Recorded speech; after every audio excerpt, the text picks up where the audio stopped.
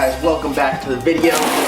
Hope you guys are having a wonderful Friday. Today is Thursday when I'm filming this, and if you guys saw yesterday's video, which was I think the 4th day of the daily upload, at the end of the video I mentioned that I picked up a new sponsor for the Trans Am. Now, I've kind of been deciding what route to go with the car. The car itself is a pretty clean slate, and we're pretty much starting from scratch, so I reached out to the guys at Rock Solid Motorsports and let them know, hey, I'm doing this Trans Am build.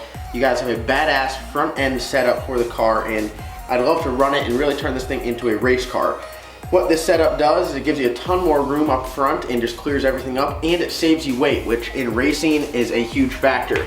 The guys over at Rock Solid Motorsports were like, dude, we'd love to get involved, and literally the next day at RPM Motorsports, I received a full chromoly front end setup for the Chicken. Now this is not a bolt-on. Like I mentioned before, the Trans Am is mainly a bolt-ons car, but this is not a bolt-on.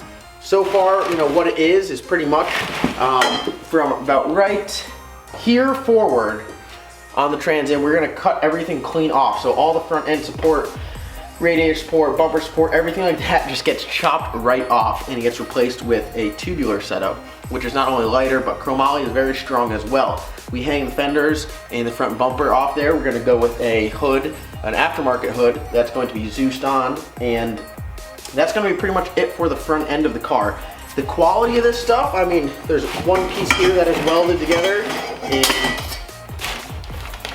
those are some good looking welds.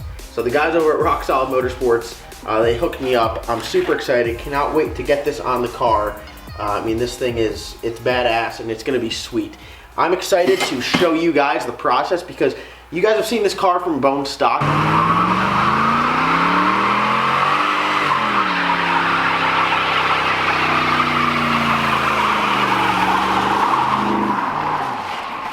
You're gonna see it transform into what I would call, you know, the chassis itself is going to be a full-blown race car. What setup we go power at or engine-wise, that's going to dictate how fast we go. But it's going to be sweet either way. It's going to be cool to really see this thing progress. And yeah, so we about have Jeff at 10,000 subscribers. RPM Motorsports is almost at 2,000 subscribers. And like I've said in my other videos, if we get them a 1,000 subscriber bump, which is getting Jeff to 10K and getting RPM Motorsports to 2K, I said I'd go ahead and order all the front end, all chromoly suspension and front end components. Now, Rock Solid Motorsports made it a little bit easier for me and gave me the front end, but this is not even what I was talking about.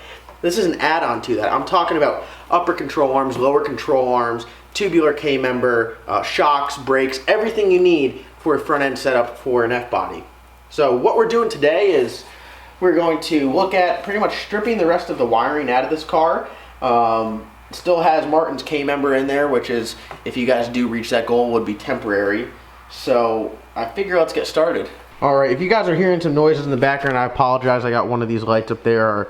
It sounds pretty angry, and it's starting to pour rain outside. So back at the Chicken, what we got going on, when I got rid of the engine, the actual only harness that I would have needed is gone. So all this, what the heck was, it's a giant moth in here, holy God. Anyways, the only computer harness I would have needed is gone with the engine. That's the ECU and the engine and transmission harness. So all this wiring right here, this is just to run your fog lights, headlights, everything like that. It goes off this fuse block. Because we're running the Rock Solid Motorsports front end kit, pretty much everything from here forward has to go. So what I plan on doing, as you can see, I have this hooked up right now. So I did have some power. I don't right now, but I need to remove all the wires, so I want to have this thing completely naked. We started to remove some of the brake components there. We need to delete the AC, and then as we move inwards into the vehicle, which is absolutely clean rug and interior, we need to pretty much remove the dash, remove the AC, and then we're going to take the dash, everything out. All we're going to be left with is pretty much a gutted car with door panels, a steering wheel, and then no components up here. We're getting rid of everything. So we're going full race car, gonna start from scratch. Is it intimidating? Yes. One thing that I am kind of a little like freaked out about, I wouldn't say freaked out, but definitely don't like as much as wiring, especially like do with a fuse block and fuses. I mean, it's a lot for me. You know, I really don't like that. I already had the guys mess with me once before and they pulled the fuse for the fuel pump. So yeah, that is not cool, but I think what we're gonna do is we're gonna remove all of the wiring harness, even for the lights and everything, and then what we'll do is we'll put the stuff on the switch. Now, I do think if I want power windows, I do need to keep some sort of fuse block, so I don't want to destroy anything. I want to at least keep it intact and see where it goes. Obviously, I think everything is leading into the vehicle, which will be nice once we get the dash out. We can really see where everything is, but I'm kind of flying blind here. I feel like I've got a lot apart right now. The wipers have kicked my ass. We cannot get the wipers off. We're going to end up cutting the cowl. Like I said, we're going to run a hood that lifts off that is Zeused on, so that takes 2 people to do. Don't think we'll be running this car by ourselves too many places, but yeah, that's kind of where we're at now.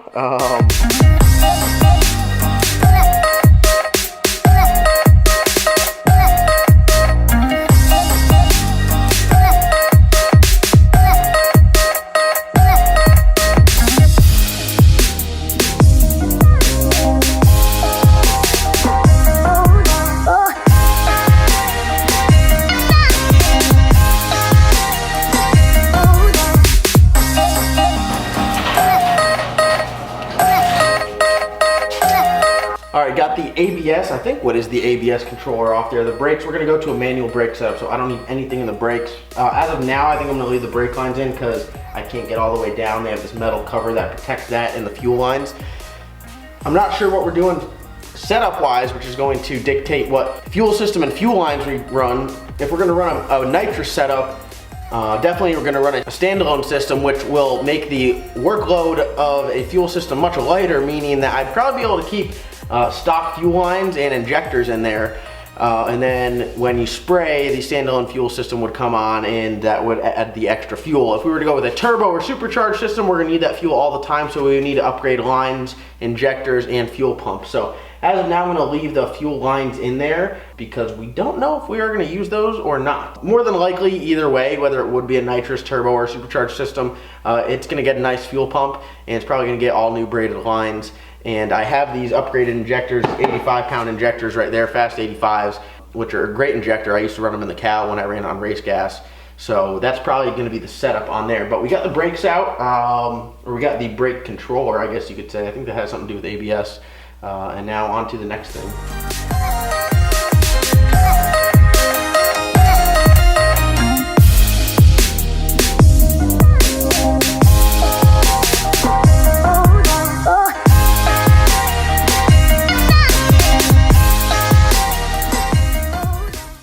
Alright guys, as you can see, we don't have any wires over on this side, and boy oh boy, for it being dirty and old as it looks, having no wires or junk in there looks super nice. And then you go over to here and you're like, what on earth is this?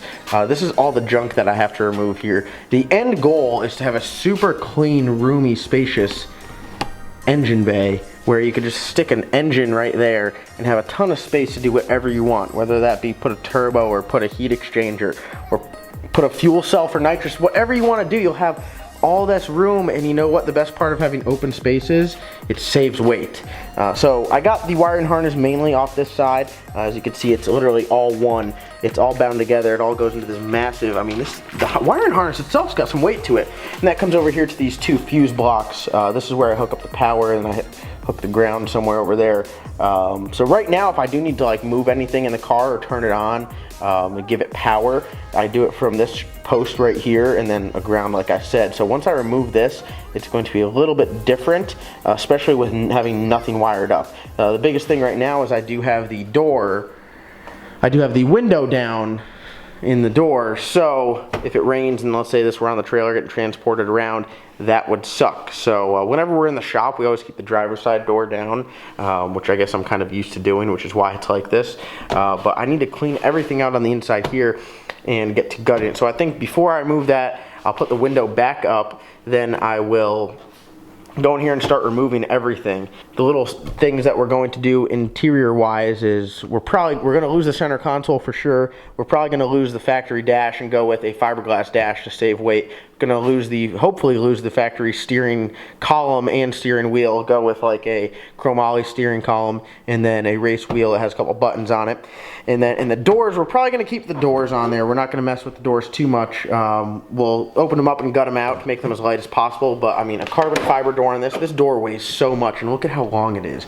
I mean, F-body doors are that's just a solid door right there. So yeah, I don't think we're going that crazy with fiberglass doors. I'd probably do a fiberglass top first, where you kind of remove the T-tops and cut this off and stick fiberglass. Man, that sounds nice. Or sorry, carbon fiber. I do that in carbon fiber.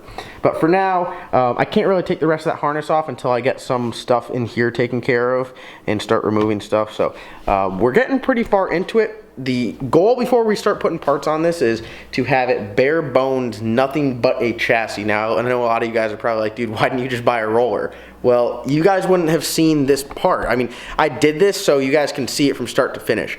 The Cow's build didn't take this on. You know, the Cow's build was like, it had a nice rear end in it, and then later we did an engine and transmission, then we put some forged internals in it, and then later we went and put a cage in it and some race seats, so it kind of slowly progressed. This is, you guys are seeing it all from start to finish.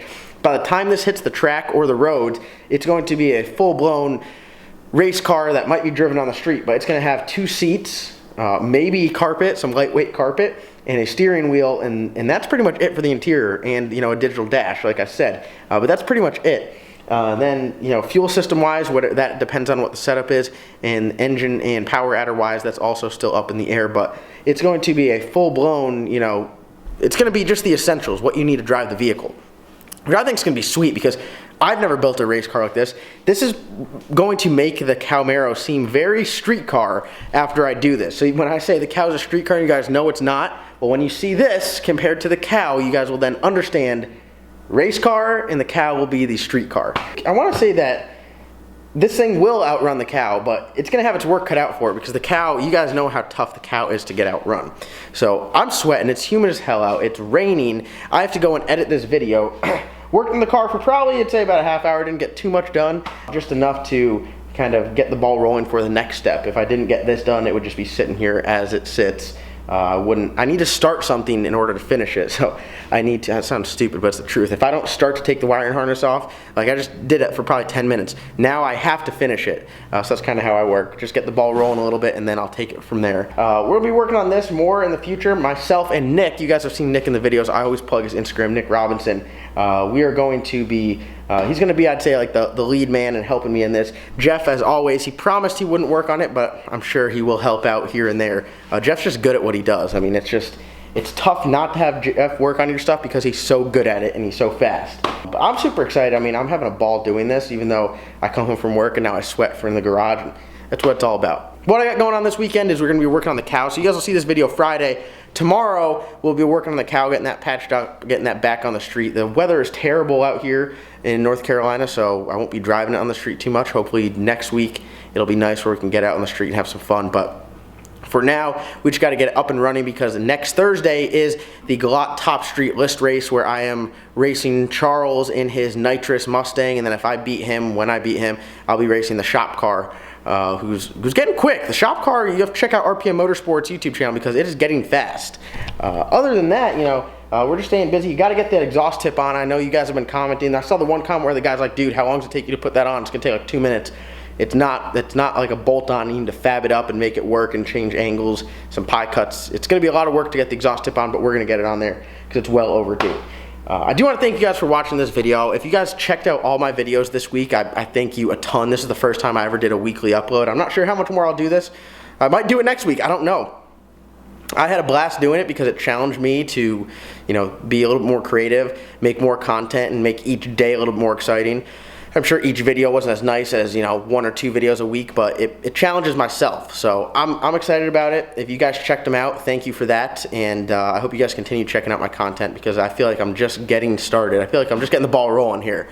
I'm hoping, you know, I see a lot of comments where you guys are like, dude, it's gonna take off soon. Well, I'm not doing YouTube to take off. I'm doing YouTube because I love it and because I have fun making videos. But if it does take off, that's even better. I do want to thank you guys for watching. If it's your first time stopping by, please click that bell. I'm just out here working on my car, and I hope you guys join me next time.